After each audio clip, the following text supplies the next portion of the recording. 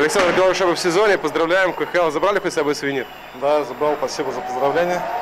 Слышал, что сегодня продрекали вам победный гол, но вернее победную первую шайбу. Так оно? Ну, уже как бы, наверное, игр 40 ее предрекают, так что когда-то должно было это случиться. Поставили жирную точку, причем, как показалось, все сделали сами в эпизоде, классно прошли. Ну, неплохо получилось, обыграл соперника, бросил. Рабочий гол. Хоккей получился довольно плотный, в первом периоде особенно, причем отметил, что вы очень здорово в тело играли с соперниками. Это установка была? Ну, игра того требовала. Как бы. Если бы мы уступили в силовой борьбе, мы бы не выиграли матч. Так что каждый хоккеист бился, каждый игрок «Динамо» хотел выиграть. И, как бы не только в хоккей, но и в силовую борьбу. Впереди матч с Акбарсом, Салаватом. Какое настроение? Естественно, после победы хорошее, но соперники серьезные. Боевое. Будем еще больше биться.